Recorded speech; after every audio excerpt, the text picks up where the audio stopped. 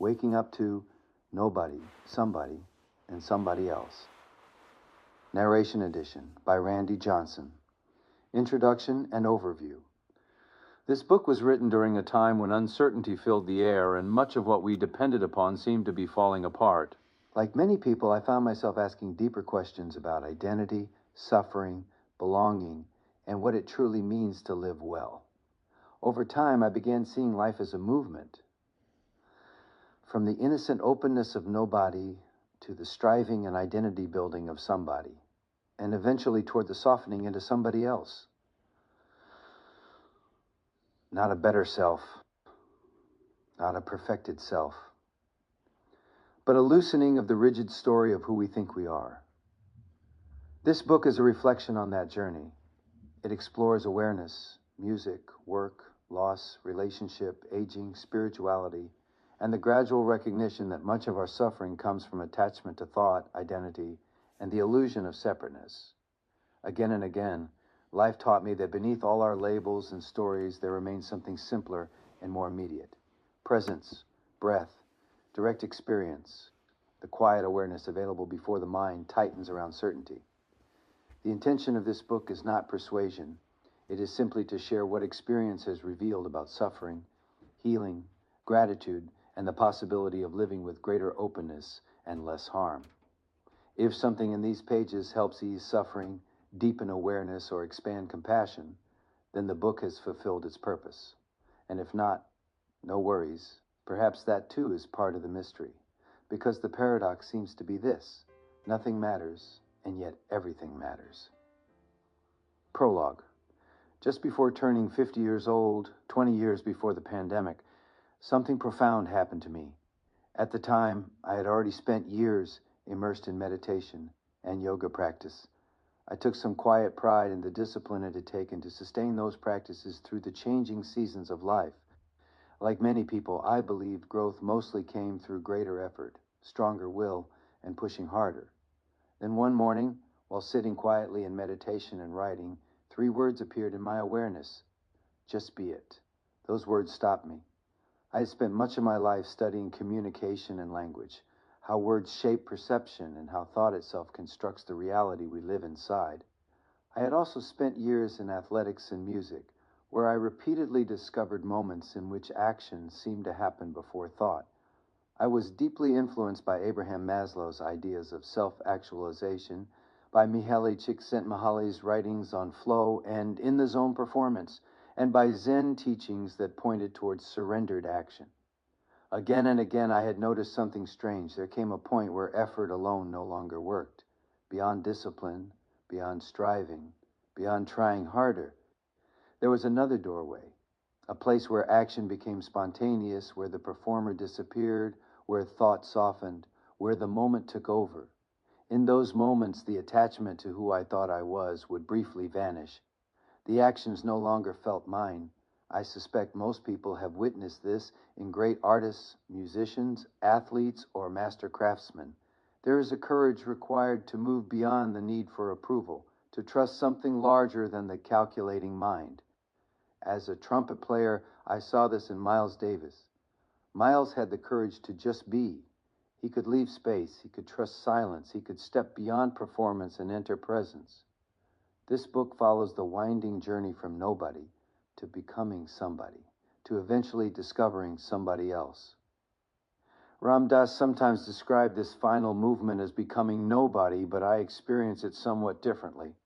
It is not a return to the unconscious innocence of infancy. Rather, it is a waking up from the illusion of separateness. It is the gradual recognition that the ego, the somebody we spend so much energy constructing, is not the deepest truth of who we are. The spiritual journey for me became less about self-improvement and more about softening identification with the self altogether. Less about becoming important, more about becoming available to presence, available to compassion, available to life itself. This movement shifts us from fear toward love, from violence toward peace, from persuasion toward understanding, from the desperate need to be right toward the willingness to do no harm. And in those moments where the mind quiets, where the separate self loosens, where thought softens into awareness, something extraordinary appears, a felt experience of not two, not separate, not isolated, not alone, just this life, moving through all things, puppy, fresh nobody, to one who knows nothing. It is clearly revealed. Meister Eckhart. Have you ever really looked into the eyes of a 7-month-old child?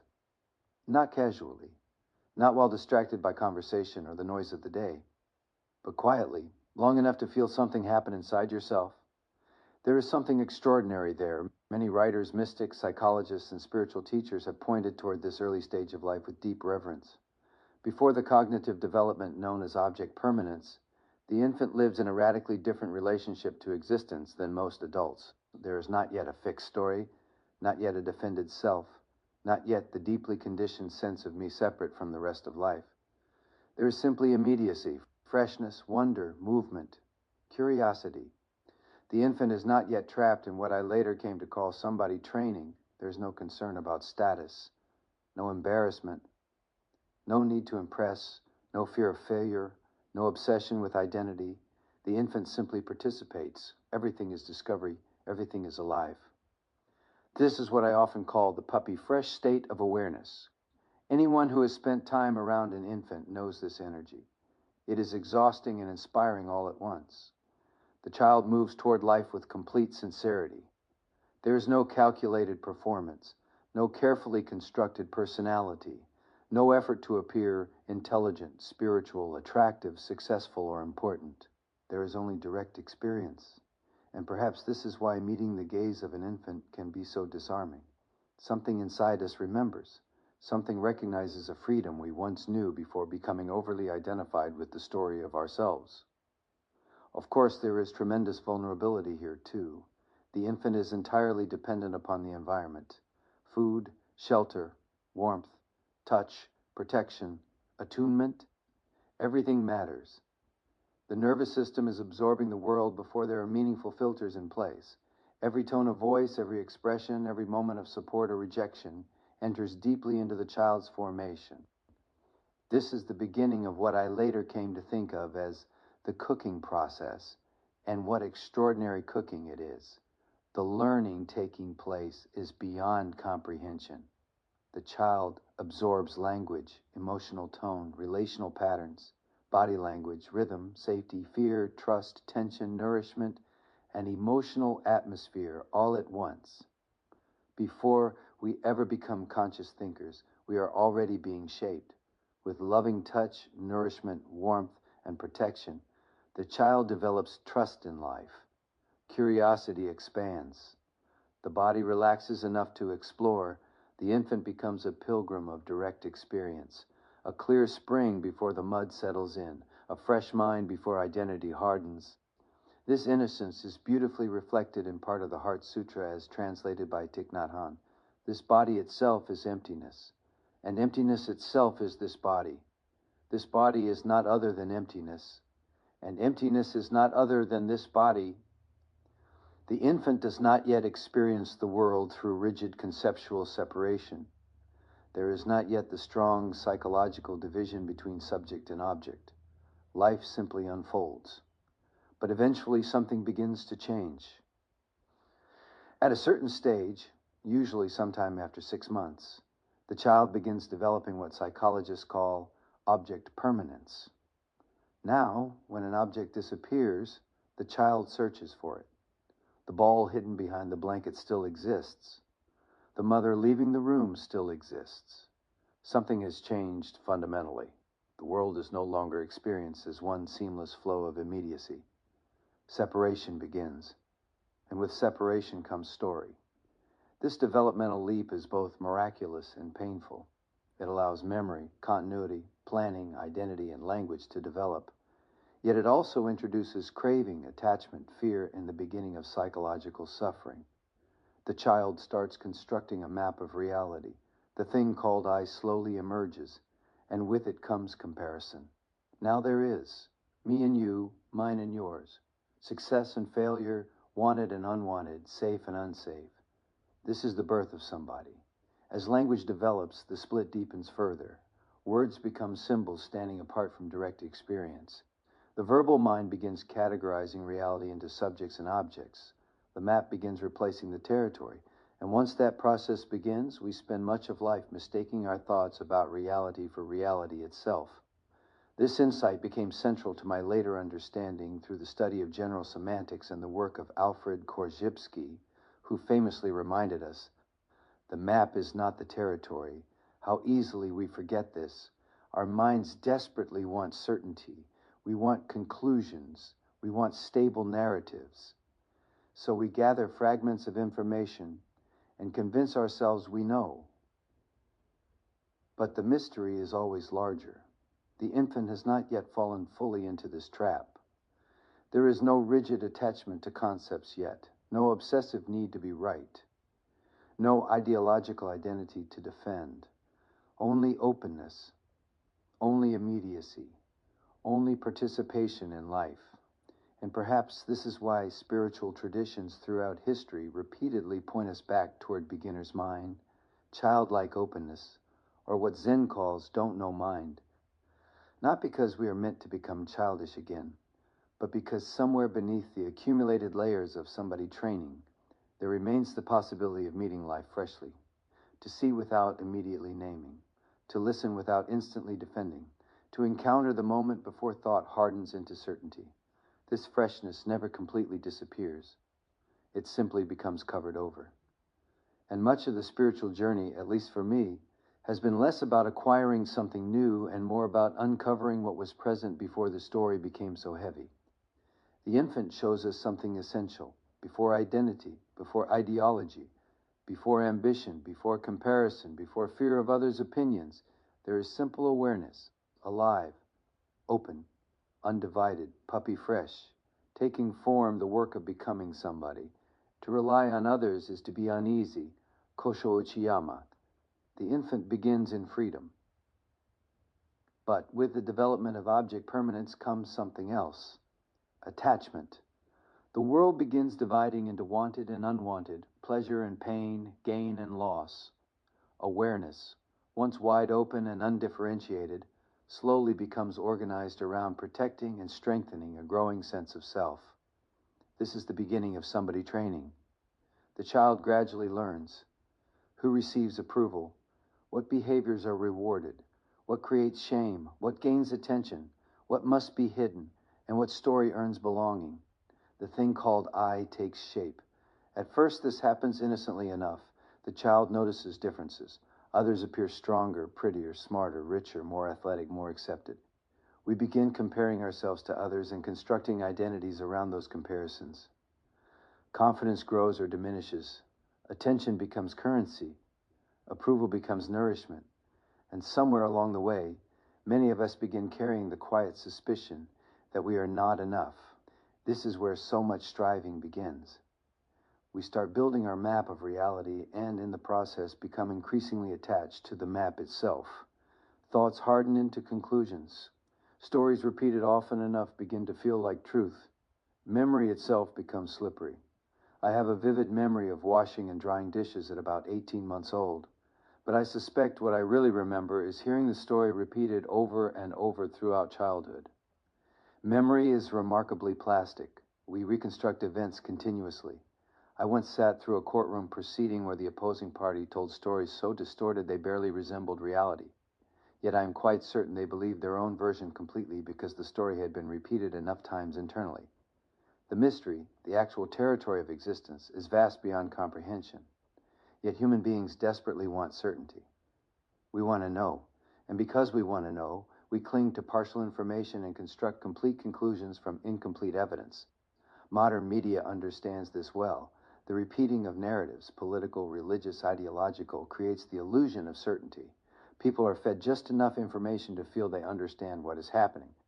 Yet beneath the surface, there often remains anxiety, insecurity, and confusion.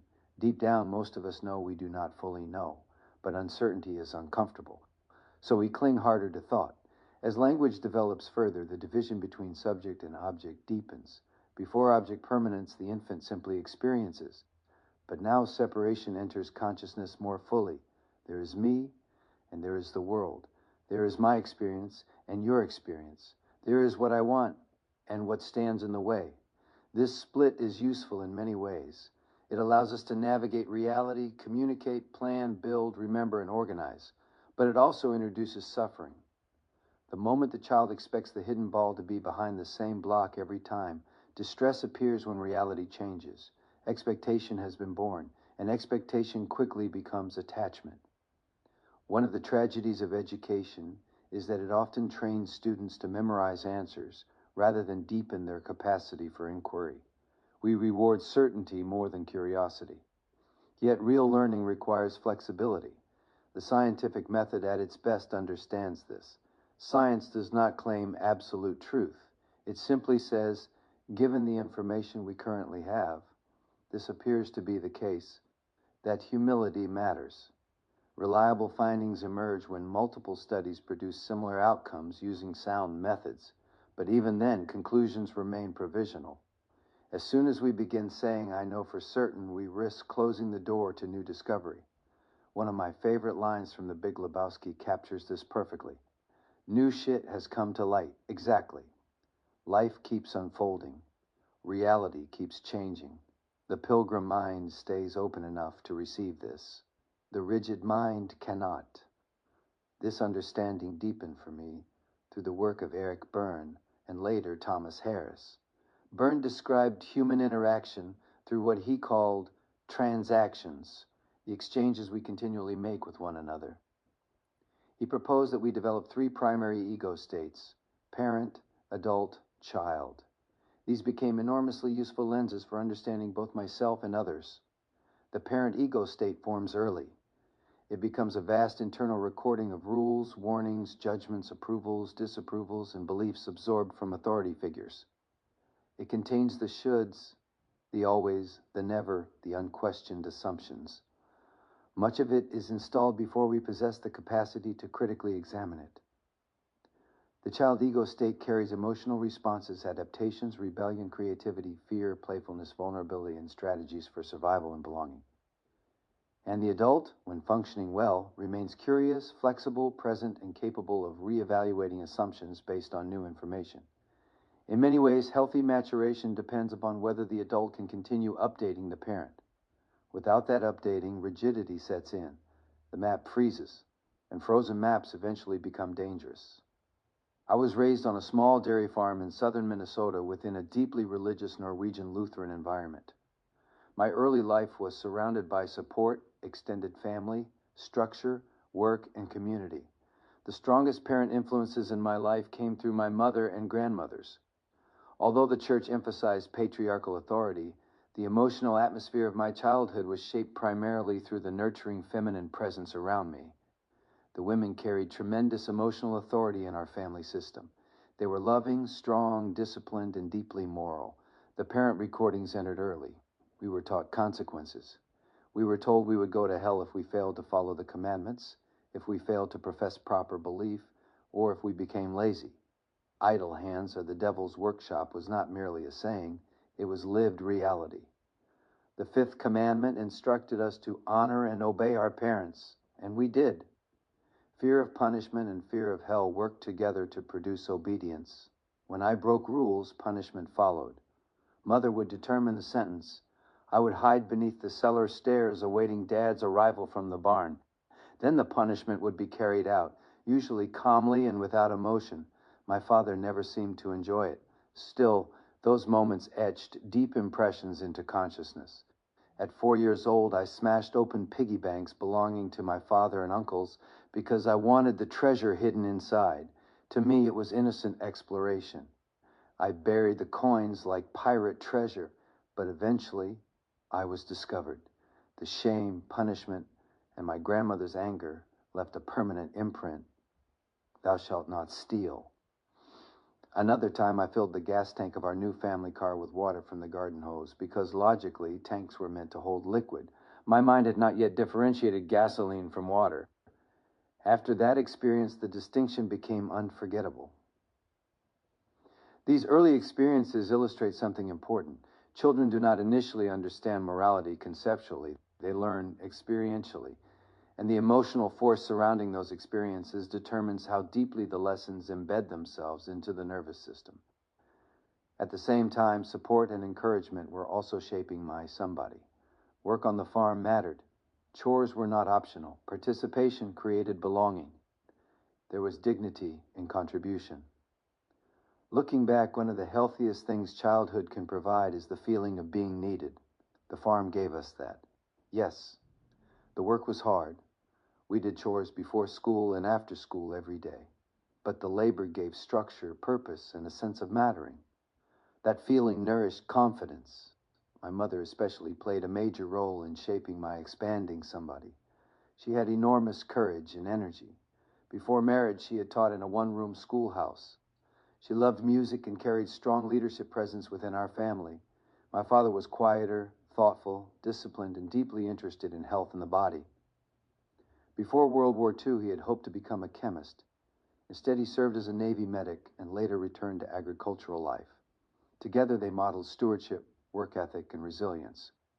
We had very little materially. At times, we lived so tightly together that the entire family shared a tiny house and bathroom.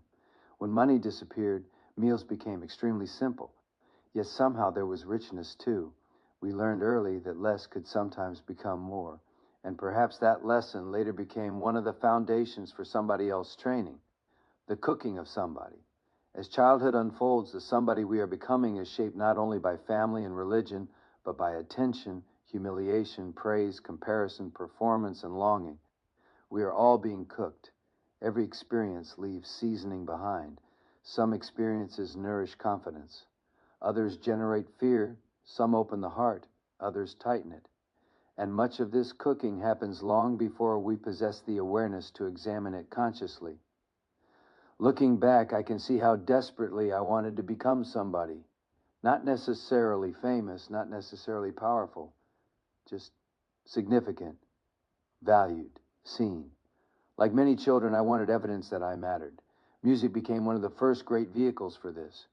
When I was young, I saw Eddie Cochran performing and became captivated. He looked free, alive, exciting. I wanted a guitar immediately. To my parents, however, the guitar represented danger, the devil's instrument. They were devoted viewers of Lawrence Welk and strongly shaped by their conservative Norwegian Lutheran worldview. Instead of a guitar, they bought me an accordion. I was not thrilled.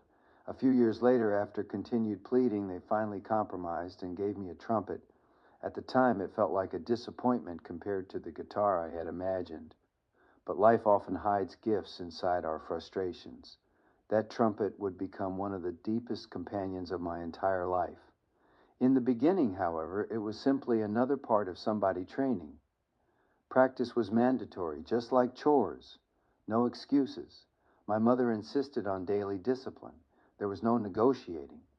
Looking back, I can now see the immense value hidden inside that unwavering expectation. A trumpet sounds terrible when first learning. There is nowhere to hide. Everything about it demands patience, repetition, breath control, listening, endurance, and humility. The instrument teaches immediately that wanting to be good is not enough. Resolve is required. And so every day, chores, practice, school, repeat. The structure itself was shaping character long before I understood it. There were moments when I tried to escape responsibility. Once, hoping to avoid chores and watch Walt Disney programming, I pretended to be sick. I was discovered. From that point forward, illness was viewed with suspicion. Excuses lost credibility quickly on the farm. That lesson about the excusing mind would stay with me for the rest of my life. Years later, during graduate school in Minnesota, I found myself overwhelmed beyond anything I had experienced before. I was studying, teaching, working as a therapist in training, inspecting bottles at a brewery during the night shift, and practicing meditation under one of Minnesota's first Zen teachers. I was sleeping perhaps 3 or 4 hours per night. Exhausted, I approached my Japanese meditation teacher and asked whether I could temporarily reduce my sitting practice because I needed more rest. His English was limited, but his message pierced straight through me. He looked at me sternly and said, "Randy, we all have the same 24 hours. That was all. No sympathy, no elaborate explanation, no philosophical discussion, just clarity. The transmission entered my bones. I still hear those words whenever the excusing mind begins negotiating against discipline, practice, or resolve. Both trumpet practice and meditation were teaching me the same thing. Real transformation requires consistency. But consistency is not the same as force. This distinction became critically important. There is a kind of effort that is healthy and necessary, but there is also a kind of striving that becomes rigid, egoic, and disconnected from reality. No matter how determined you are, you cannot grow corn in Minnesota in January. Life demands both resolve and flexibility. I began learning this lesson in unexpected ways. One of the earliest came during fourth grade when I entered a 4-H talent contest to perform my first trumpet solo. I had practiced diligently and felt filled with confidence. Before the event, I stepped outside into the cold February air to warm up the horn. Then came my moment. The pianist began the introduction to Moon River. I raised the trumpet to my lips, and nothing came out, no sound whatsoever. The audience began laughing while I stood there frozen in embarrassment. The cold air had frozen the trumpet valves shut. My carefully prepared somebody had just collapsed in public. But in that moment, something else happened too. Instead of fleeing or freezing completely, I shifted course. I turned the disaster into comedy and somehow won the contest for most entertaining performance. At the time, I simply survived the embarrassment. Later, I realized something much deeper had been introduced, the gift hidden in the given. Life continually refuses to cooperate with our rigid expectations. Again and again, we are invited either to collapse into frustration or to adapt creatively.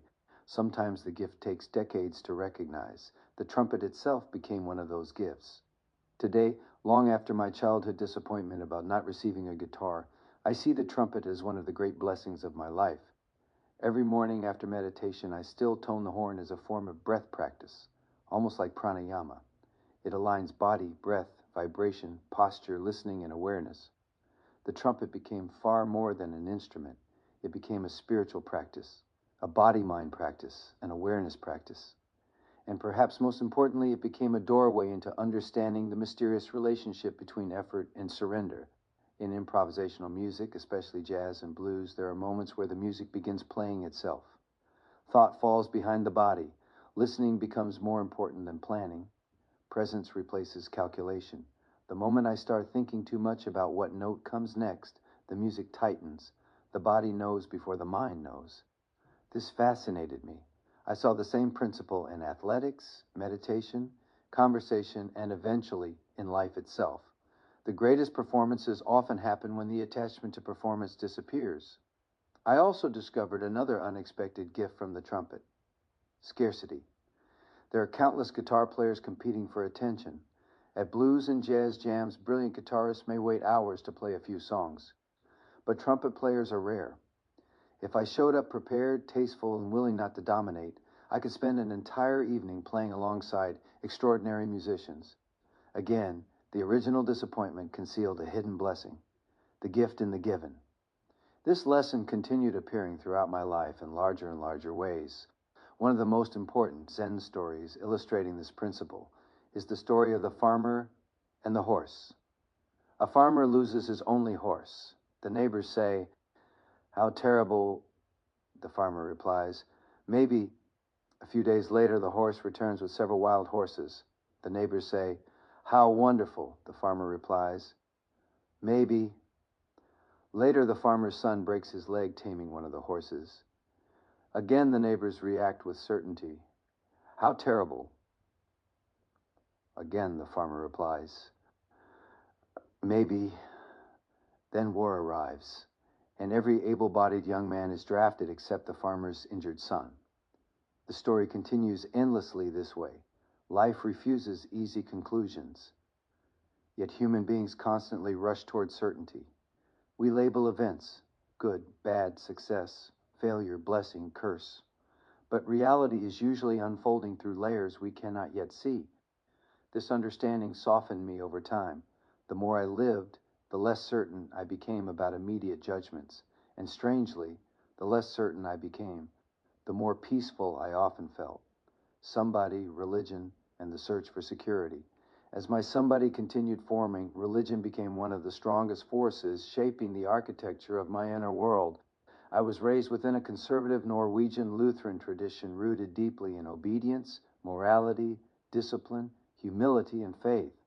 Much of it gave me genuine grounding, structure, and belonging. Much of it also generated fear, rigidity, and confusion. Like most children, I absorbed these contradictions long before I had the ability to evaluate them critically. The church taught certainty. There were clear lines, saved and unsaved, right and wrong, obedient and sinful, believer and non-believer. We followed the King James Version and inherited the worldview that truth had already been established. God was often presented through masculine authority, judgment, commandments, and obedience. Questions could sometimes feel dangerous. Doubt was treated cautiously. Faith often meant accepting. Yet at the same time, I was surrounded by deeply loving people. This is important. My family and church community were not cruel people. Quite the opposite. Many were extraordinarily generous, hardworking, moral, and caring. Their faith helped them survive hardship, uncertainty, financial stress, illness, and loss. The faith gave them resilience, it gave them meaning, it gave them strength to endure, and because of that, I developed a profound respect for the role spiritual frameworks can play in stabilizing human life. Still, even as a child, something inside me quietly wrestled with the contradictions. I would hear sermons about loving one another, even loving enemies, and then hear people speak harshly about those outside our religious group. Sometimes it seemed as though our tiny synod believed it alone possessed the truth, while billions of others stood condemned. Something about that felt inconsistent with love. My faith and religious thoughts began shaking during junior high school, but strangely, my experiences of the divine did not. In fact, they deepened. This distinction became enormously important in my life. The thoughts about God became less stable, but the direct experiences of support, grace, and presence became more undeniable. That difference changed everything. As a child, I prayed nightly. Now I lay me down to sleep. I pray the Lord my soul to keep. If I should die before I wake, I pray the Lord my soul to take. That prayer gave tremendous comfort. It created a felt sense that I was held by something larger than myself. There was trust in it, surrender in it, safety in it. But over time, my understanding of prayer began changing. At first, prayer often resembled petition, asking for outcomes, asking for protection, asking for life to conform to what I wanted. And honestly, this frequently led to frustration. The more attached I became to specific outcomes, the more upset I became when reality unfolded differently. Eventually, something shifted. Rather than trying to control life through prayer, I began discovering the power of surrender. This was different entirely. It was less, please make reality obey my wishes, and more, help me meet reality with openness and awareness. As a child, whenever I lost something valuable, I became obsessively focused on finding it. My attention would narrow completely. I would search and search and search. But eventually there would come a moment of exhaustion, a moment where thought gave up. And in that emptying, something surprising often happened. Guidance would appear, not intellectually, directly. It felt less like solving a problem and more like being shown something. At first, I interpreted this entirely through the language of my Christian upbringing. I believed Jesus was personally helping me, and perhaps in some mysterious way that framing was appropriate for where I was developmentally. But later, through meditation and broader spiritual exploration, I began recognizing that these experiences pointed towards something deeper than concepts. The key was not belief alone. The key was surrender, not passive surrender, but emptying, letting go of the frantic, grasping mind, letting go of the rigid somebody who thinks it must control reality. This became a kind of no-thinking practice. Not stupidity, not passivity, not avoidance, rather complete openness, complete receptivity. If I lost my car keys, eventually the prayer stopped being, "Dear Lord, please help me find the keys." Instead it became, "Dear Lord, I cannot find the keys. Please show me where they are, or show me the lesson hidden in losing them." That slight shift changed everything. The request carried no demand, no insistence, no entitlement, only openness. And strangely, solutions would appear again and again. Sometimes I found the object, sometimes something better happened, sometimes the lesson itself turned out to be the gift. Over the years, these experiences accumulated until surrender itself became a kind of spiritual technology. I later encountered similar ideas in many traditions and authors: Esther Hicks, Greg Braden, ancient Hawaiian teachings, Zen teachings, Christian mysticism, and even intuitive research traditions. Different language, similar pointing. When the calculating mind softens, something larger becomes available. The deepest spiritual moments in my life almost always arrived after my personal efforts had failed. Only then would the somebody finally loosen enough for grace to enter. One event during the early 1990s captured this process vividly. Minnesota had experienced a massive Halloween snowstorm, and I had recently purchased a brand new snowboard.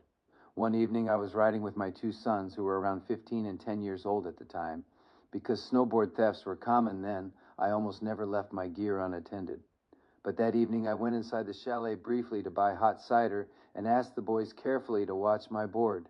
When I returned, the snowboard was gone. My first reaction was anger, not only at the theft, but at the boys for failing to protect it. But I could also feel immediately how dangerous blame would be in that moment. They already felt terrible. I stayed quiet. We sat there drinking our cider in silence while I internally wrestled with the situation. Then I finally surrendered it. I let go. Inside myself I prayed, Jesus, either help me find the snowboard or reveal the lesson hidden in its loss. Then something strange happened. I stepped outside and felt almost physically pulled toward a line of parked school buses. There were dozens of them in the lot, yet I felt drawn to one specific bus. I climbed onto the trailer hitch, wiped mud from the back window, and there inside the bus sat my snowboard. Security officers were called. Eventually, a young teenager returned to claim it and was caught. But the real significance of the experience was not the recovery of the snowboard. It was what happened internally. The moment I fully surrendered the situation, separation dissolved.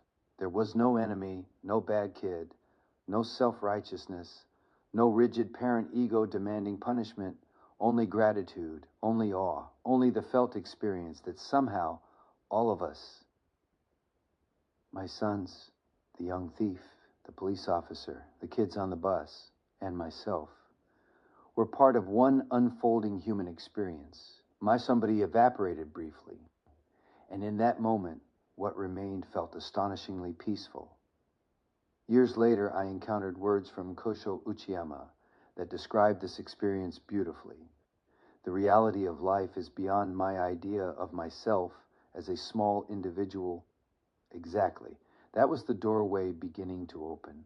Not through philosophy, not through ideology, through direct experience. Again and again, life was teaching me that tighter the somebody grasps, the more suffering appears. And the more completely the mind empties, the more grace seems able to move through things. Injury, effort, and the breaking of illusion. The older I became, the more I began noticing a strange rhythm operating throughout life. Effort mattered tremendously, and yet effort alone was never enough. There were moments when discipline, determination, and resolve clearly shaped outcomes, but there were also moments when pushing harder only created more suffering. Again and again, life seemed to require both commitment and surrender, both strength and softness, both practice and letting go. This lesson became brutally real for me when I was 12 years old. At the time, I had become fascinated with high jumping. Like many young boys, I was drawn toward risk, challenge, and proving something to myself. On our farm, there was a large drive belt attached to machinery used for moving hay and silage into the barn. The belt fascinated me. For days, I obsessed over a single thought. Could I jump over it? The idea captured my imagination completely. I rehearsed it mentally over and over. I imagined the leap repeatedly, but I did not approach the situation wisely. I was not carefully practicing. I was not studying the timing of the belt. I was not seeking guidance from anyone wiser or more experienced. The thought itself had taken over. Eventually, obsession overpowered caution. I jumped. At the exact moment I leaped, a slug of hay altered the movement of the drive belt, causing it to rise suddenly. The belt caught my leg violently. It should have torn my leg off. Instead, it destroyed ligaments and severely damaged the knee. That single moment changed the course of my life. I underwent major surgery, spent weeks hospitalized, months in a wheelchair, and many more months on crutches. I had to learn how to walk again. For a young boy, the experience was devastating. Everything familiar disappeared overnight. Freedom vanished, independence vanished, athletics vanished, normalcy vanished, and suddenly I was isolated with pain, uncertainty, helplessness, and fear. Yet strangely, this became one of the most important spiritual and psychological turning points of my life. The injury taught me the necessity of practice at a depth I had never before understood. Healing demanded discipline. There was no shortcut. Every day I had to perform painful rehabilitation exercises. Some days I wanted desperately to quit. Some days discouragement felt overwhelming. But my surgeon, Dr. Holian, looked directly into me one day and said, "Randy, if you ever want a normal walk again, you must do these exercises." There was authority in his words. Clarity. No drama, no pity, just truth. And something inside me responded. That summer became a profound education in solitude, resilience, effort, and inner attitude. But perhaps the greatest lesson was not physical. It was psychological.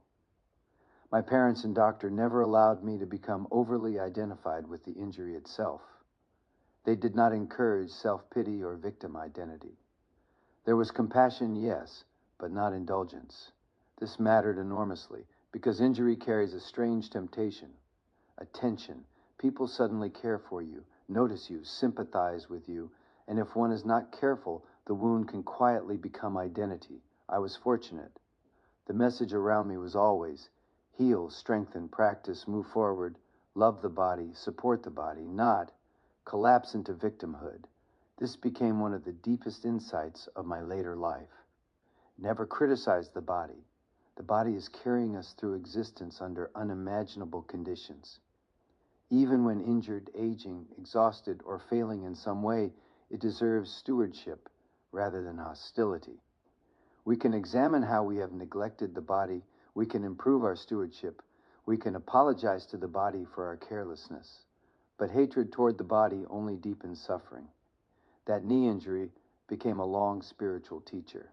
Dr. Holian predicted I would likely require an artificial knee by my early 20s. Instead, decades later, the knee still serves me beautifully. Why? Not because I conquered anything, not because of special superiority, but because the injury awakened deep gratitude and long-term stewardship. I became dedicated to strengthening the supporting muscles through weight training, yoga, flexibility work, and movement practice. Over time, the injury itself became one of the foundations of my awareness practice. The body taught me directly. Attention matters, stewardship matters, consistency matters, and perhaps most importantly, kindness matters. The human mind is naturally restless and reactive. Craving takes endless forms.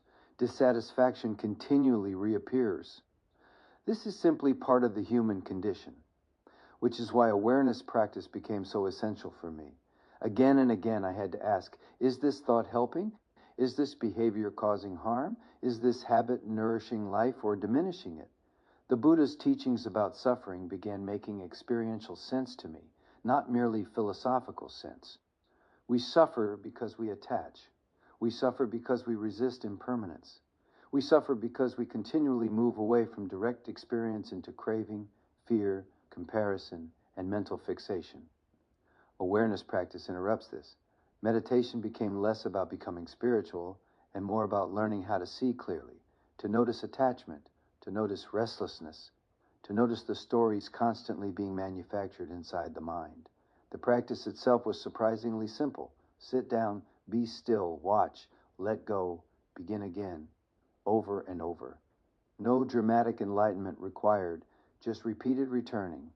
The same thing appeared through music, the same thing appeared through athletics, the same thing appeared through relationships, the same thing appeared through healing. Whenever I tightened excessively around the somebody, around image, fear, control, or performance, suffering increased. Whenever I softened, listened, adapted, and surrendered, life flowed more intelligently. This did not mean passivity, it did not mean weakness, it did not mean avoiding effort. In fact, deep practice often required enormous discipline. But the discipline was no longer fueled by self-hatred or egoic striving alone. Something gentler began emerging, a kind of loving stewardship. This eventually reshaped how I related not only to the body, but to aging itself. The body changes. Strength changes, appearance changes, capacity changes. Impermanence is unavoidable, but complaint only deepens suffering. Awareness, gratitude, and stewardship soften it. I began seeing how important it was to hold the body almost the way a loving parent holds a child, with patience, with forgiveness, with encouragement, and with care. No complaint, no complaint. Only gratitude for the opportunity to still be here, still breathing, still participating, still learning, still able to wake up one more morning into the astonishing mystery of existence, freedom found in somebody else's training. As the years moved on, something slowly began changing in me. The striving that had fueled so much of my somebody training started loosening its grip.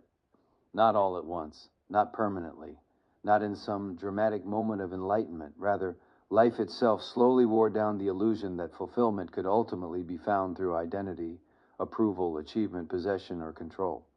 Again and again, I discovered that every identity I constructed eventually became too small. Every role dissolved, every accomplishment faded, every certainty weakened. And strangely, this became liberating, because underneath the exhaustion of maintaining somebody, another possibility began appearing. Somebody else, or perhaps more accurately, less somebody, more openness. This was not about becoming passive, invisible, or detached from life. Quite the opposite. It was about participating more fully while carrying less psychological weight. Less defending, less proving, less comparison, less attachment to the performance of self. I began realizing that much of human suffering comes from the relentless attempt to solidify identity. We desperately want permanence in a universe built upon change. We want our body to remain stable, our reputation stable, our relationship stable, our beliefs stable, our status stable, our tribe stable, yet life keeps moving. Everything changes, and the more tightly we cling, the more painful the movement becomes. Somebody else's training gradually became a practice of loosening that grip. One of the most helpful shifts for me involved changing the very language I use toward the body. I began experimenting with removing possessive pronouns. Instead of saying my hand, I would say dear hand. Instead of my eyes, I would say dear eyes. Thank you for the gift of vision. This may sound small, but psychologically it changed something profound. Ownership softened into stewardship, entitlement softened into gratitude, control softened into participation. I began seeing more clearly that wealth is less about ownership and more about access. We arrive with nothing, we leave with nothing. Everything in between is temporary participation. This realization can sound frightening from the perspective of somebody, but from the perspective of somebody else, it becomes freeing. Because gratitude naturally increases when entitlement decreases. The body becomes gift rather than possession. Relationships become gift rather than guarantee. Moments become gift rather than expectation. This shift also helped loosen victim thinking. One of the strongest vows I gradually made internally was to avoid building identity around victimhood. This did not mean denying suffering or pretending harm never happened. Human beings wound one another deeply. Trauma is real, injustice is real, grief is real.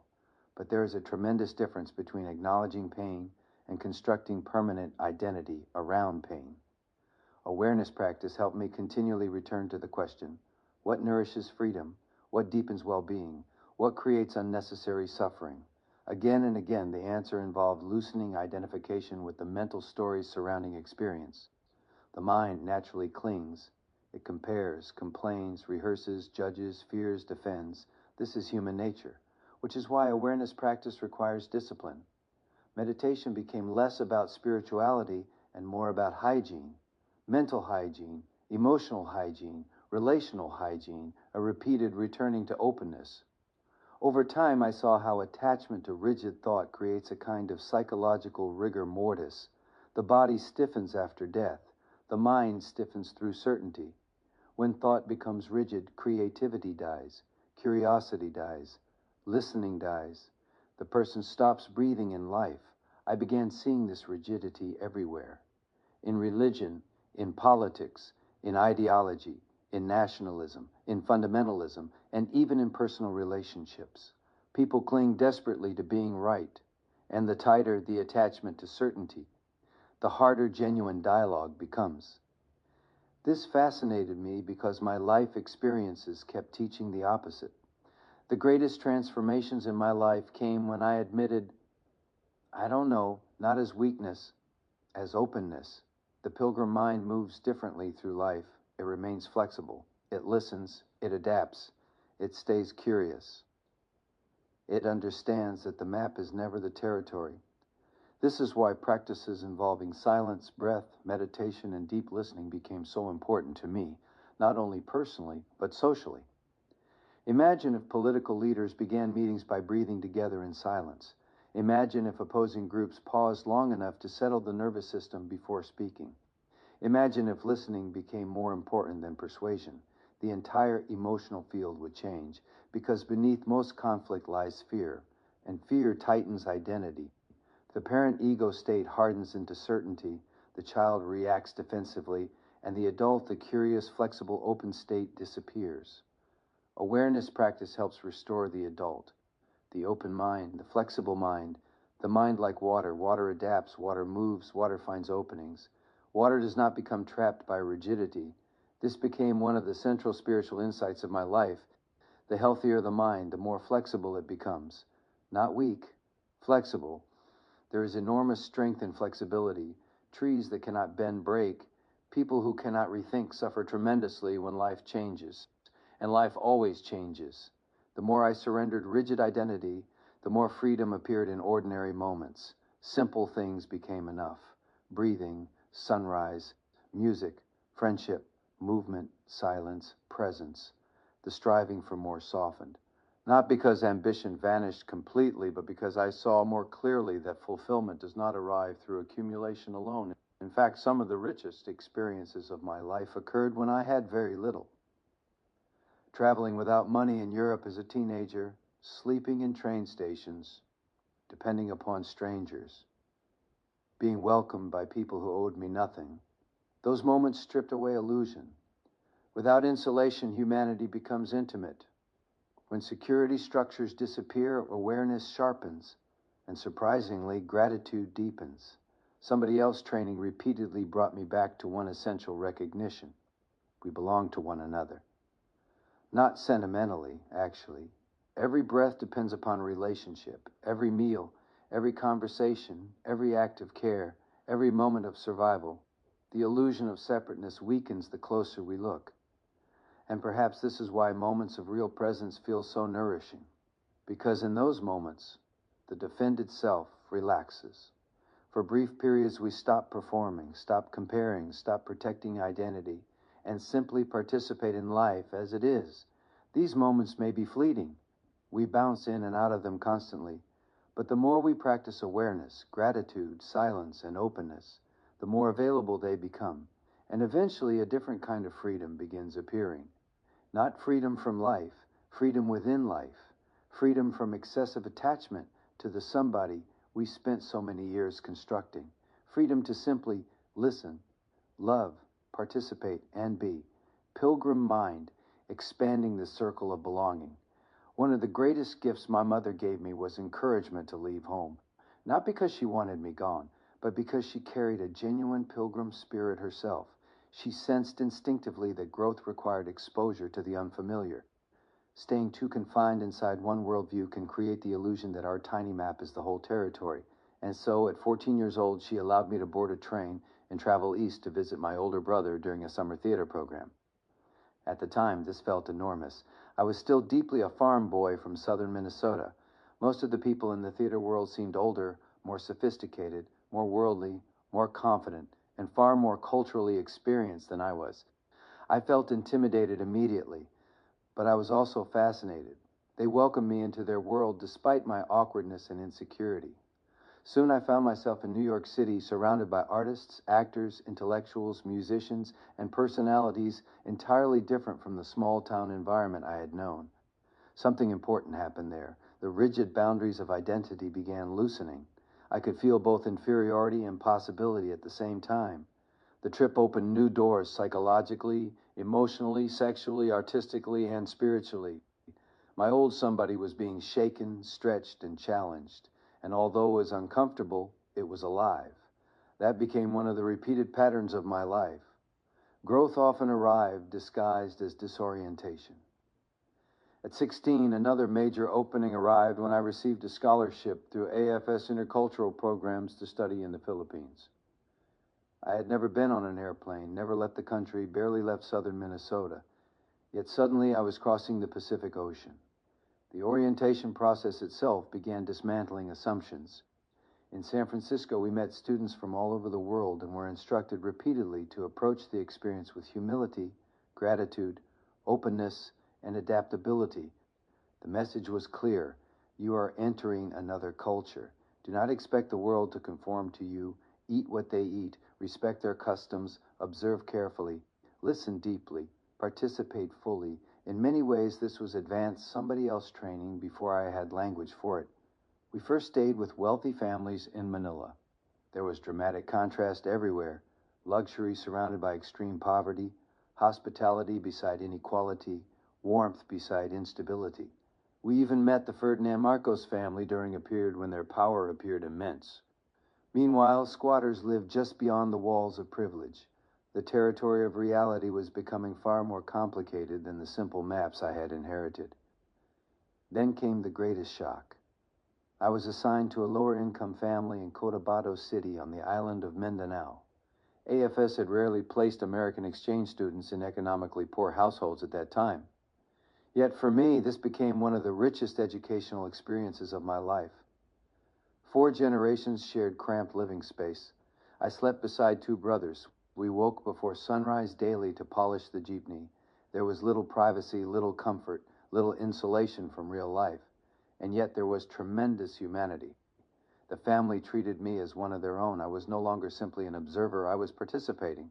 This mattered deeply. For the first time in my life, I was also fully the minority. I was the white outsider moving through a brown universe. Some people admired me because I was American. Others distrusted me immediately. Again, identity became fluid. At home, I had been somebody. Football leader, student leader, musician, farm boy. Now I was simply different. And this difference exposed how relative identity really is. Cotabato City itself carried enormous tension at the time. The city was divided between Christians and Muslims, and violence simmered beneath ordinary life. Weapons were visible, fear circulated through rumor and politics. Stories of running amok and religious violence shaped public perception constantly. Again, my understanding of humanity was expanding. I witnessed how quickly tribal identity creates division, how religion, politics, fear, and historical wounds become weaponized, how easily us and them thinking emerges. And yet, at the human level, people still wanted the same things: safety, family, love, dignity, food, belonging, meaning. The similarities beneath the differences became impossible to ignore. One small event from that year permanently altered my thinking. A fellow exchange student and I regularly visited a soda bar because 2 beautiful young women were always there. After weeks of admiring them, someone informed us they were actually boys dressed as girls. Our conservative 1950s conditioning was instantly challenged. Again, rug pulled out, map shattered, territory expanded. This became one of the most important functions of travel and exposure. It dismantled certainty. Again and again, reality refused to fit the simple categories I had inherited. And strangely, the more my certainty dissolved, the more alive I felt. Not comfortable, alive. The Philippines also awakened deep gratitude for my upbringing in America. Returning home in 1967, I kissed the ground in Honolulu after landing back in the United States. I felt patriotic, grateful, relieved. But I was no longer psychologically confined to my original tribe. My circle of belonging had expanded, and with that expansion came both growth and alienation. Back home, some people could sense I had changed. Coaches felt betrayed that I had missed summer football preparation. My role within the team shifted. The somebody I had previously built in my hometown had weakened. At the time, this hurt deeply. Today, I see it differently. Life was freeing me from attachment to identity. Had I remained fully attached to those early high school identities, I might have spent decades clinging nostalgically to old achievements instead of continuing to grow. Many people never recover from the loss of their first somebody. but life keeps asking us to evolve. The exchange experience also dramatically complicated my thinking about war, nationalism, and politics. By 1967, the Vietnam War was intensifying horribly. I had originally dreamed of attending a military academy and becoming a pilot, but exposure changes perception. When you encounter suffering directly, when you meet people outside your tribe, when your map expands beyond slogans, certainty weakens. I began questioning the narrative surrounding war, patriotism, religion, and power, and perhaps most importantly, I began realizing how dangerous it can become when people stop questioning altogether. This insight would later deepen through my studies in psychology, communication, comparative religion, general semantics, and Zen, but the seed was planted much earlier. Truth requires openness, not rigid certainty, not ideological possession. Openness, pilgrim mind, the willingness to step beyond the familiar and allow the next experience to reshape us. Again and again, life seemed to whisper, "You do not yet know as much as you think you know." And strangely, this realization became less frightening over time. It became freeing. Music, protest, and the breaking open of the mind. By the late 1960s, the entire culture seemed to be breaking open. Old structures were trembling. Authority was being questioned everywhere. Government, religion, war, sexuality, education, race, gender, tradition. For many of us coming of age during that period, it felt as though the world itself had entered a profound state of uncertainty and transformation. And for me personally, college became the great accelerator. I entered Valparaiso University in the fall of 1968. The campus sat just outside Chicago, and the timing could not have been more intense. The 1968 Democratic National Convention protests had recently exploded into violence and confrontation. The country was polarized, angry, grieving, confused, and rapidly changing. For me, however, college initially felt exhilarating. It was another opportunity to become nobody again. No one knew me there. The farm boy identities loosened. The hometown expectations loosened. The old roles loosened. And with that loosening came freedom. At the same time, there was pain, too. Every new beginning involves both liberation and insecurity. When old identities disappear, there is excitement, but also disorientation. Who am I now? That question quietly followed me everywhere. Music became one of the strongest vehicles carrying me through this transition. I joined a soul rock band and quickly found myself immersed in an entirely different world. Nightclubs, performances, parties, late-night conversations, artists, activists, musicians, experimentation, and the explosive cultural shifts happening across America. The band earned enough money to support much of my college tuition. More importantly, it gave me belonging. Music was opening doors socially, emotionally, artistically, and spiritually. At the same time, it also inflated my somebody. Attention is intoxicating, especially for young men. The applause, the admiration, the girls, the recognition, the excitement, all of it feeds identity quickly.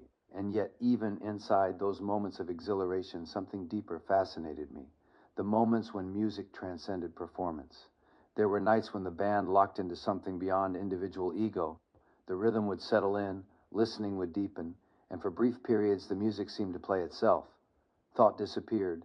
Time softened. The players disappeared into the sound. I would later recognize this as another doorway into not two.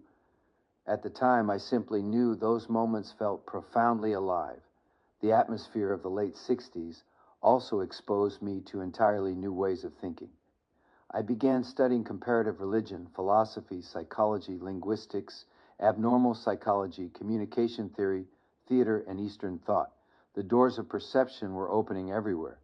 The writings of Abraham Maslow, Alan Watts, Eric Berne, Zen teachers, existentialists, and the emerging human potential movement all entered my life simultaneously.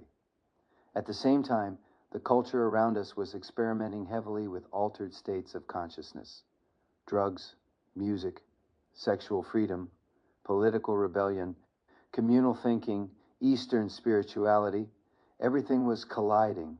Some of it was deeply insightful, some of it was deeply destructive, often both at once. For me, psychedelics briefly shattered the rigidity of the conditioned mind. They opened questions I had never imagined before. They destabilized the certainty of my religious upbringing and introduced direct experiences that language struggled to explain. But I also saw clearly how easily people became lost chasing altered states themselves. Experience alone was not wisdom. Awareness mattered, grounding mattered, stewardship mattered. The 60s carried both tremendous awakening and tremendous chaos. The same was true politically. By this time, my views regarding the Vietnam War had changed dramatically. Exposure to people from other cultures, media coverage, personal correspondence from friends, and the growing anti-war movement had shattered the simplistic narratives I had inherited. The war no longer looked heroic to me. It looked tragic. Many students on campus felt similarly. Tensions between authority structures and student activists intensified rapidly. Some students remained deeply conservative and patriotic. Others became fully engaged in resistance and protest. The campus became emotionally divided, and underneath those divisions was fear. Fear of communism, fear of social collapse, fear of moral decay, fear of authority, fear of violence, fear of change, fear everywhere. The anti-war movement increasingly became a major part of my life. I attended rallies and demonstrations in Chicago and became involved in efforts aimed at ending the war. The more I studied communication and psychology, the more fascinated I became with how human beings justify violence. How does the mind become convinced that killing is necessary? How do tribes maintain certainty? How do narratives overpower direct experience? These questions consumed me. At the same time, I was still very much somebody, young, idealistic, inflated at times, certain at times, rebellious at times. The rebellious child ego state was highly active in me during these years. I often assumed the old world was entirely wrong and the new world entirely right. Life would later humble that rigidity too.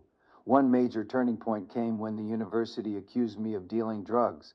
At the time, I had long hair, played in a rock band, and moved within circles where marijuana and psychedelics were common. Another student, under intense pressure from university authorities, identified me as a supposed source. Suddenly, I found myself under formal investigation, and because student deferments protected us from the military draft, expulsion carried terrifying implications. Vietnam, the experience was psychologically brutal. Hours of interrogation, attempts to trap me in contradictions, pressure from authority figures determined to produce a scapegoat. The university vice president, overseeing the process, had previously worked with intelligence agencies and approached the situation aggressively. I quickly realized that innocence alone would not necessarily protect me. What saved me was help from a young attorney willing to guide me through the process. He taught me something essential. There are moments when one must stand upright without hatred, not collapse, not retaliate. Stand upright. This became another profound life lesson. Real strength does not always look aggressive. Sometimes it looks calm, clear, and immovable. Eventually, the university failed to prove wrongdoing. Yet during one friendly conversation, I admitted casually that I had shared marijuana socially at parties. That statement was later twisted into evidence of drug pushing. I received notice of suspension. At that moment, something in me shifted from fear into organized response. Nearly 200 students rallied publicly against the university's handling of the case, proclaiming that they too had shared weed at parties. Again, I found myself in the middle of conflict involving authority, communication, perception, power, and identity. And again, life taught complexity rather than certainty. The administration was not entirely evil. The protesters were not entirely wise. The culture itself was breaking apart. Everyone was reacting from fear, belief, and incomplete understanding. Eventually, the university president and I reached a compromise. My suspension was lifted in exchange for a removal from the international exchange program I had planned to join. The emotional sting was enormous. I lost opportunities, relationships shifted, dreams changed. Yet compared to the possibility of Vietnam, it felt survivable. And once again, the map of reality expanded. The deeper lesson emerging beneath all of this was subtle but profound. The mind that becomes rigid around ideology, whether conservative or liberal, religious or anti-religious, institutional or rebellious, eventually loses flexibility.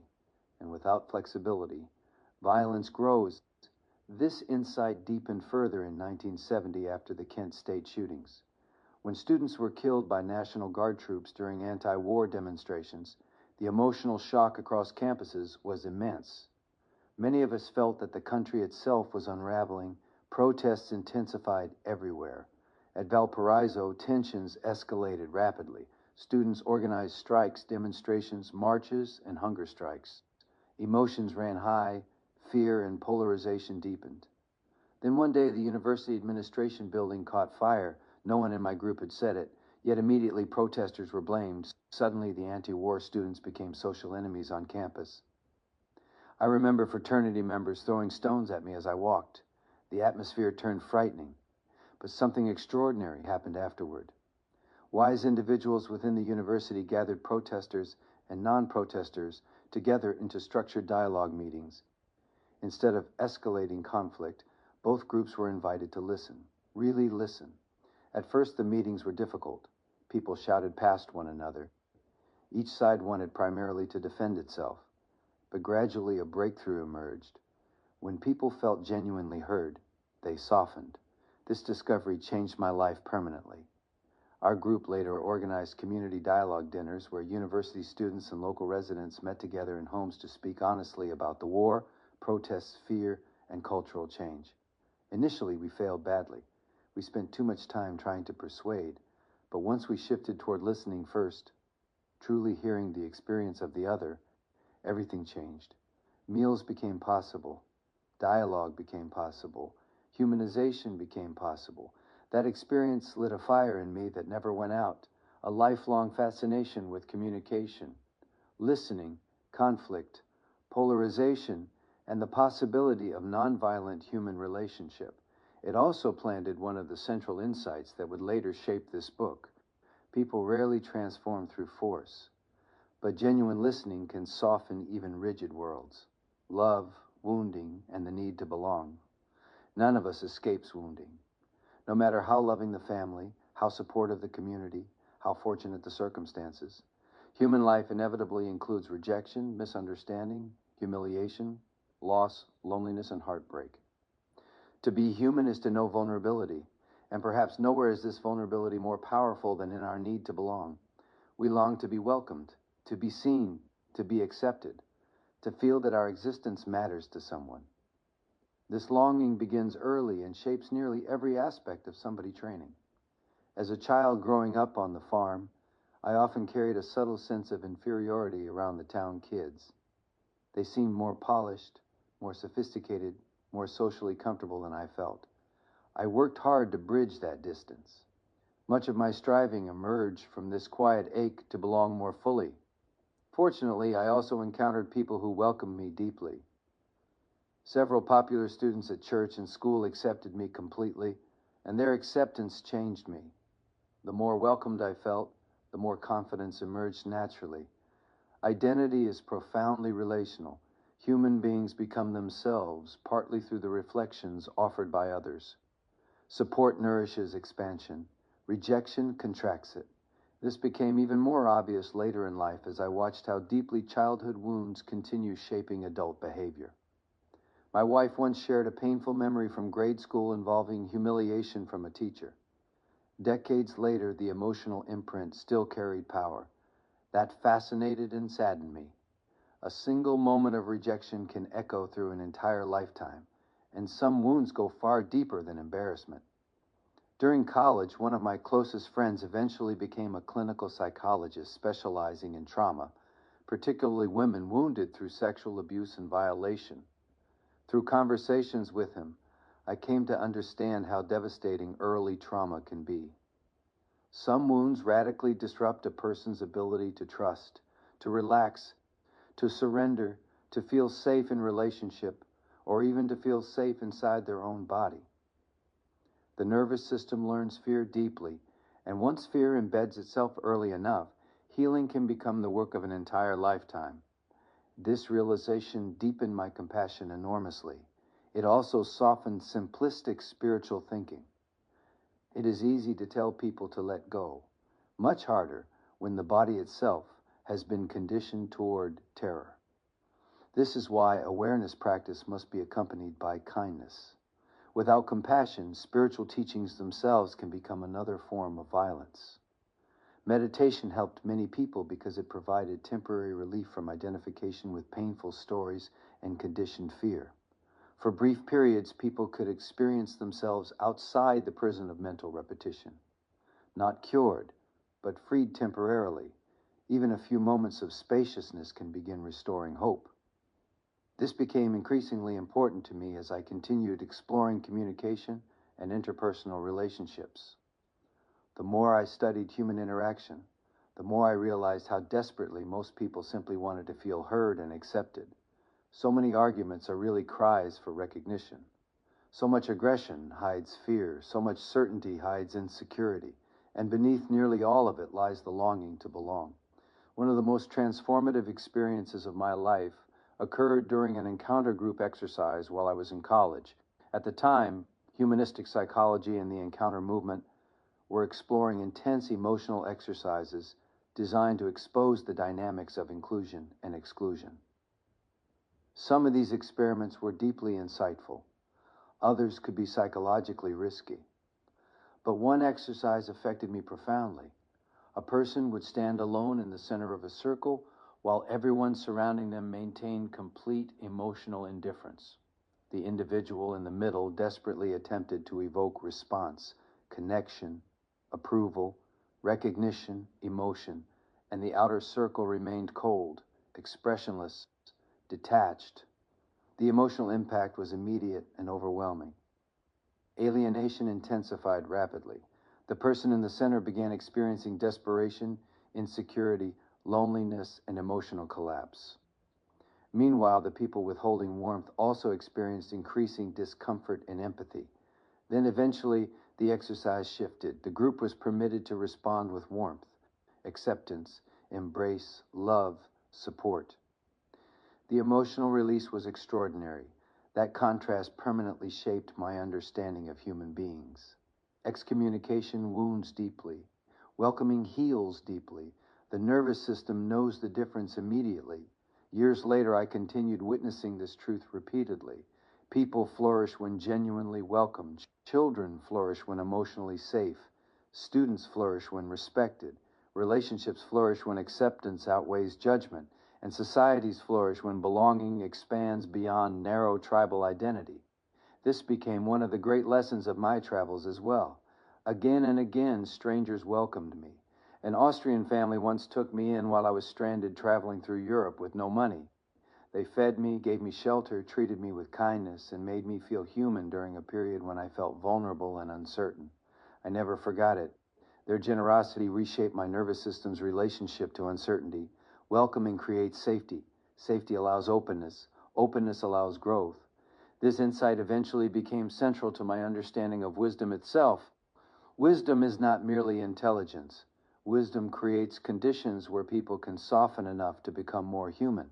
This is also why communication fascinated me so deeply. The quality of our listening dramatically affects the emotional field between people. When someone feels judged, they contract. When someone feels genuinely heard, they open. The difference is enormous. Over time, I became less interested in winning arguments and more interested in understanding experience. This shift transformed how I viewed dialogue. Instead of, "What do you believe?" I became more interested in, "What experiences brought you to believe this?" That question changes everything, because underneath ideological certainty lies lived experience. Fear, loss, love, wounding, culture, family, memory, longing. The more we understand the cooking process of another human being, the harder it becomes to reduce them to labels. This realization also softened my own relationship to myself. Like most people, I carried insecurities, ambitions, fears, and unresolved emotional material. But awareness practice gradually allowed me to observe these experiences with less harshness. Instead of trying to perfect myself, I became more interested in understanding myself compassionately. This did not eliminate responsibility, it deepened responsibility. Because once we see clearly how woundedness spreads through unconscious behavior, we become more careful about the harm we leave behind. This eventually became one of the central ethical orientations of my life. Aim not to cause harm, not perfection, not superiority, not ideological purity. Simply, less harm, more awareness, more listening, more humility, more kindness. The older I became, the more I realized how fragile human beings really are beneath all our performances. Even the strongest identities often conceal deep vulnerability, and perhaps this is why genuine tenderness matters so much. Not sentimental weakness, tenderness, the willingness to remain soft-hearted in a world that often rewards hardness. This too became part of somebody else's training, not withdrawing from life, remaining open within it, awareness, aging, and letting go. As the years passed, I began noticing something both beautiful and humbling. Healthy aging requires disidentification. The body changes, roles change, relationships change, abilities change, certainties change, and whether we like it or not, life continually asks us to let go. This can feel terrifying to somebody, because somebody is built upon accumulation, my accomplishments, my appearance, my possessions, my reputation, my tribe, my story, my beliefs, my body. But impermanence eventually loosens every one of these, no exceptions. At first, this realization can feel deeply unsettling. Human beings naturally seek stability. We want the familiar to remain intact. We want continuity. We want reassurance that the structures we built will endure. Yet awareness practice slowly revealed another possibility. Perhaps freedom comes not from stopping change, but from learning how to move with it. This insight became increasingly important as I aged. In youth, the body often feels almost invisible. Energy arrives easily, recovery comes quickly. We assume vitality will continue indefinitely. We imagine we are somehow exempt from impermanence. Then gradually the body begins teaching otherwise. Injuries accumulate, recovery slows, friends die, parents age, roles dissolve, children grow independent, dreams shift, the mirror changes, and suddenly the temporary nature of embodiment becomes undeniable. Awareness practice helps soften this transition. Meditation repeatedly brought attention back to immediacy. This breath, this morning, this sensation, this moment. Again and again, I discovered that suffering increased whenever the mind resisted reality and decreased whenever I softened into direct experience. Not resignation, participation. The body became less an object to control and more a relationship to steward lovingly. I began speaking internally toward the body with gratitude rather than complaint. Dear knees, thank you. Dear lungs, thank you. Dear eyes, thank you. This was not denial of pain or limitation. It was a deliberate shift in orientation. Complaint narrows consciousness. Gratitude opens it. And what we repeatedly practice shapes the atmosphere of the mind. This is why awareness practice became less an isolated spiritual activity and more a way of living. How do we greet the morning? How do we breathe? How do we eat? How do we speak? How do we listen? How do we respond when disappointed? How do we treat the body? How do we meet uncertainty? Every moment becomes practice. I noticed increasingly that modern culture conditions people toward chronic dissatisfaction. Media, advertising, politics, and social comparison continually reinforce the feeling that something is wrong, missing, threatening, or insufficient. The mind becomes trained toward complaint, toward fear, toward agitation, toward grasping. This creates enormous suffering because the body itself wants presence. The nervous system wants rhythm, balance, safety, breath, movement, connection, rest, gratitude, and meaningful participation. When we continually live inside mental agitation, the body pays the price. Stress accumulates, and much of stress, I eventually realized, is the distance between where we are and where we think we should be. Awareness practice shortens that distance, not by lowering intelligence or motivation, but by reconnecting us to immediacy. The present moment rarely carries the same burden as the imagined future or rehearsed past. Again and again, peace appeared through returning to breath, returning to sensation, returning to direct experience before mental interpretation took over. This is why meditation eventually felt less like effort and more like coming home.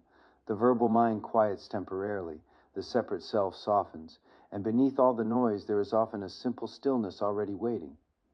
Not dramatic, ordinary, alive. I became increasingly fascinated with how awareness affects human communication as well.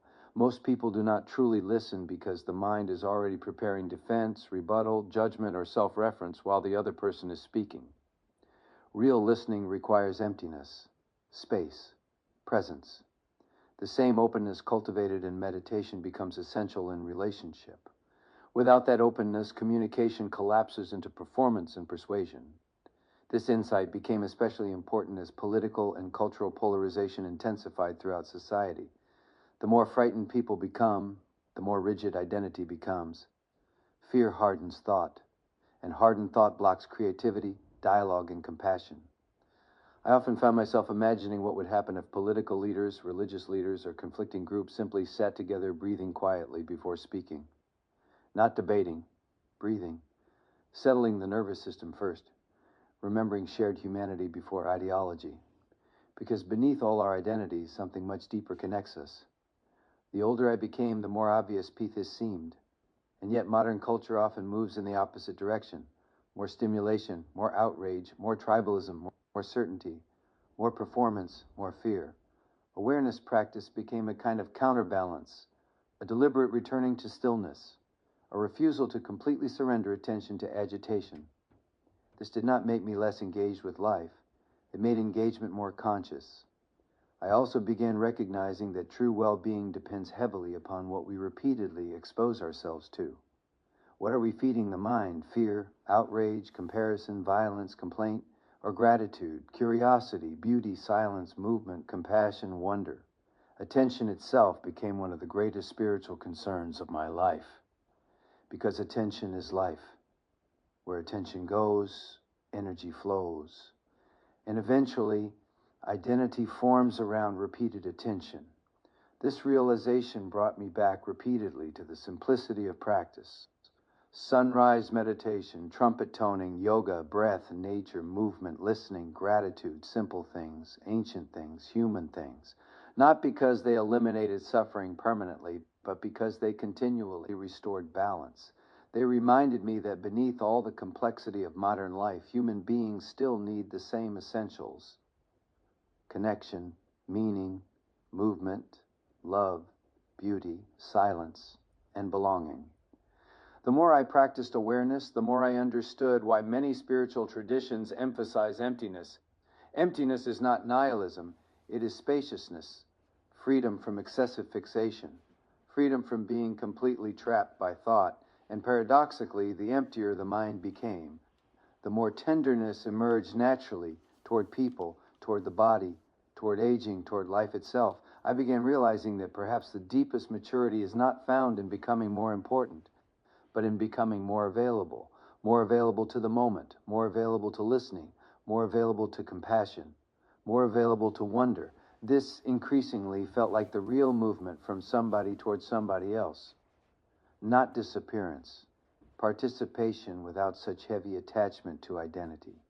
Breathing life fully, while learning gradually how to let go, wisdom circles in the practice of meeting.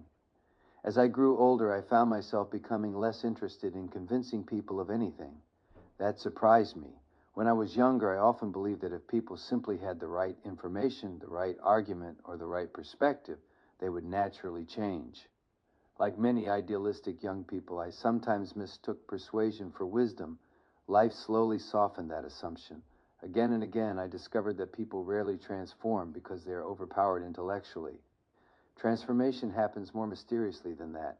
People change when they feel safe enough to open, when suffering becomes unbearable, when love breaks through, when direct experience shatters old assumptions, when awareness deepens, when listening occurs deeply enough for something new to emerge. This realization gradually shifted my orientation away from argument and toward inquiry. Less, here is what you should believe.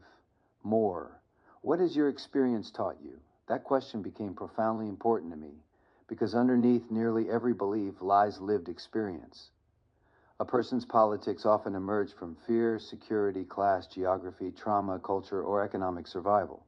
Religious beliefs emerge through family systems, longing, mystery, grief, fear of death, direct spiritual experience, or inherited identity. Even our ideas about health, success, morality, and relationships are deeply shaped by our personal cooking process. Once I saw this more clearly, judgment softened, curiosity increased. I became much more interested in how people arrived at their conclusions than in attacking the conclusions themselves. This naturally led me toward the idea of what I began calling wisdom circles, not support groups, not debate groups, not self-help performance, and certainly not places where one person claims authority over everyone else. Rather, spaces of shared inquiry, spaces where human beings gather with enough humility to acknowledge none of us sees the whole territory. We each carry maps shaped by experience, and if we listen carefully enough, our maps may deepen together.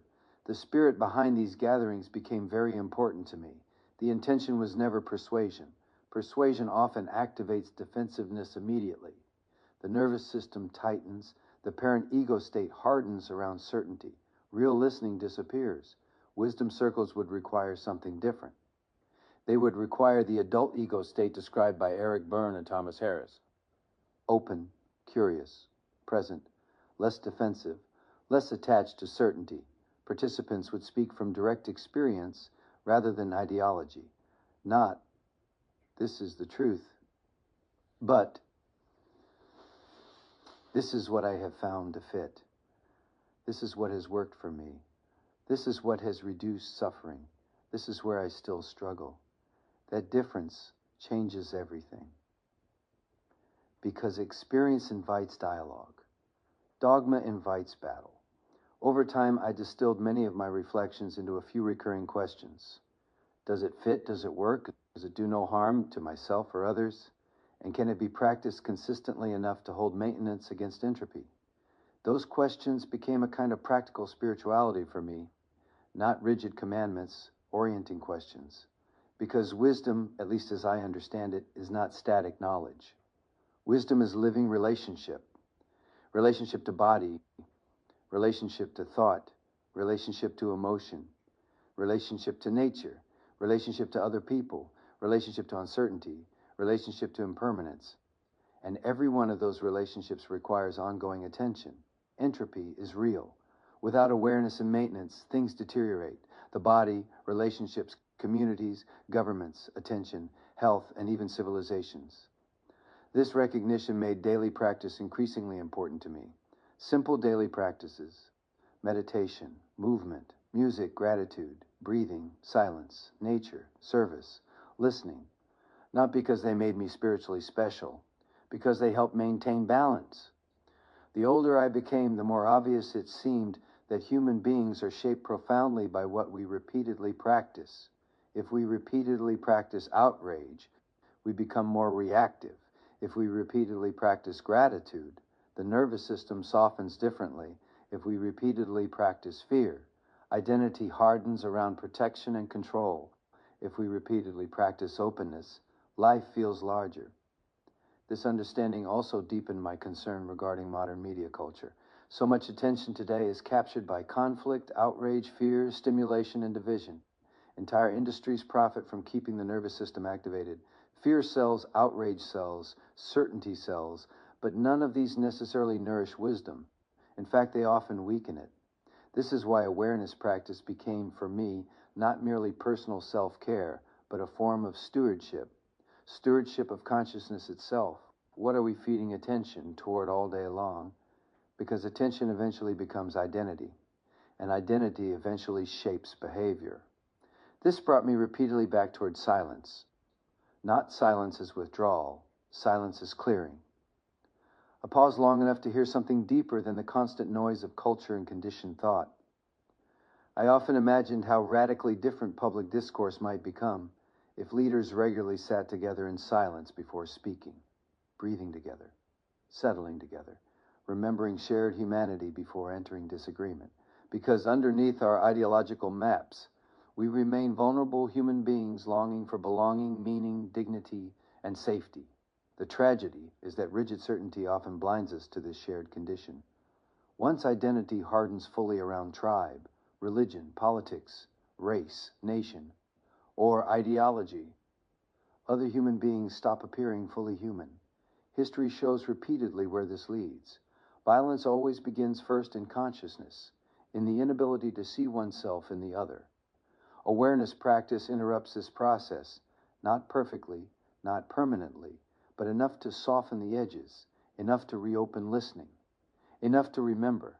The map is never the territory. The older I became, the less interested I was in certainty, and the more interested I became in presence. Can we meet each other honestly? Can we listen deeply? Can we remain open even when uncomfortable? Can we stay curious instead of collapsing into rigid identity? These questions increasingly felt more important than ideology itself. And perhaps that is the deeper invitation behind Somebody Else training. Not the elimination of individuality, but the softening of excessive attachment to identity. Enough softening that genuine meeting becomes possible. Enough openness that compassion can move more freely. Enough humility that wonder remains alive. Because in the end, none of us fully knows. We are all pilgrims moving through mystery, carrying partial maps, trying to love, trying to understand, trying to suffer a little less, trying to belong. And perhaps wisdom begins the moment we stop pretending otherwise. Closing invitation. This book has been an exploration of experience, not theory alone, not philosophy alone, not belief alone, experience. The lived experiences that shape the map I built of the territory. And perhaps even more importantly, the experiences that repeatedly shattered that map and forced me to reopen to something larger. Again and again, life pulled the rug out from beneath the somebody I thought I was, sometimes gently, sometimes violently. At first, these disruptions felt threatening. Later, many revealed themselves as invitations. Invitations to loosen certainty. Invitations to deepen awareness. Invitations to expand belonging. Invitations to surrender identity. Invitations to soften. This journey has repeatedly brought me back to a few simple orienting questions. Does it fit? Does it work? Does it do no harm to myself or others? And can it be practiced consistently enough to hold maintenance against entropy? Those questions continue guiding me, not as rigid conclusions, as living inquiry. Because the older I become, the less interested I am in final answers, and the more interested I become in depth of attention. How awake are we to this moment? How much of our suffering comes from attachment to thought? How much fear is generated from the illusion of separateness? How often do we abandon direct experience in favor of inherited ideology, media narrative, certainty, or unconscious conditioning? And perhaps most importantly, can we learn to meet ourselves and one another with more openness, more humility, more compassion, and less harm? The world today feels increasingly polarized, accelerated, distracted, and frightened. People cling tightly to identity. Politics hardens, religion hardens, tribalism hardens, fear hardens, and when the mind hardens completely, creativity and dialogue begin disappearing. Yet underneath all the noise, something quieter remains available. Breath, silence, awareness, presence, direct experience before ideology rushes in. Again and again, awareness practice brought me back to this simplicity. The sunrise, the sound of a trumpet tone dissolving into silence, the breath moving through the body, the rhythm of walking, the warmth of friendship, the tenderness of listening, the awe of existence itself. Simple things, ancient things, human things. Over time, I began realizing that perhaps spiritual maturity has less to do with becoming extraordinary and more to do with becoming available. Available to life as it is, available to relationship, available to wonder, available to grief, available to beauty, available to uncertainty, available to love. The movement from nobody to somebody else is not linear or permanent. We bounce in and out constantly. Sometimes fear dominates. Sometimes ego dominates. Sometimes awareness opens. Sometimes we cling. Sometimes we surrender. This too is part of being human. Awareness practice does not eliminate suffering entirely, but it changes our relationship to suffering. It loosens identification. It softens rigidity. It reminds us repeatedly that the map is never the territory. And perhaps this softening allows something beautiful to emerge, a wider circle of belonging. Not just belonging to family, tribe, nation, religion, or ideology, but belonging to life itself. The wave eventually realizes it is water, always has been, always will be. That insight changed me profoundly when I first heard Thich Nhat Hanh tell that story years ago. The wave rises, travels, compares itself to other waves, fears disappearing, clings to form, until finally it crashes upon the shore and realizes it was never separate from the ocean. Perhaps much of human suffering comes from forgetting this, forgetting our interdependence, forgetting our fragility, forgetting our shared humanity, forgetting the mystery carrying all of us. This is why I find myself less interested now in teaching answers and more interested in creating spaces where wisdom can meet. Not persuasion, meeting, listening, inquiry, shared exploration, wisdom circles, places where people can speak honestly from direct experience rather than ideological performance, places where curiosity matters more than certainty, places where we acknowledge that none of us possesses the whole truth, only partial maps, and perhaps if we listen carefully enough to one another, the maps become less rigid, the heart softens, and the territory shines through more clearly. This is my invitation, not to believe what I believe, not to adopt my conclusions, but to explore deeply what fits, what works, what reduces suffering, what nourishes well-being, what expands compassion, what causes less harm, and what helps us wake up, even briefly, from the illusion that we are separate, because perhaps the deepest freedom available to us is not found in becoming more somebody, but in learning how to participate fully in life while carrying the self more lightly, with gratitude, with awareness, with humility, and with love for this astonishing opportunity to simply be here at all.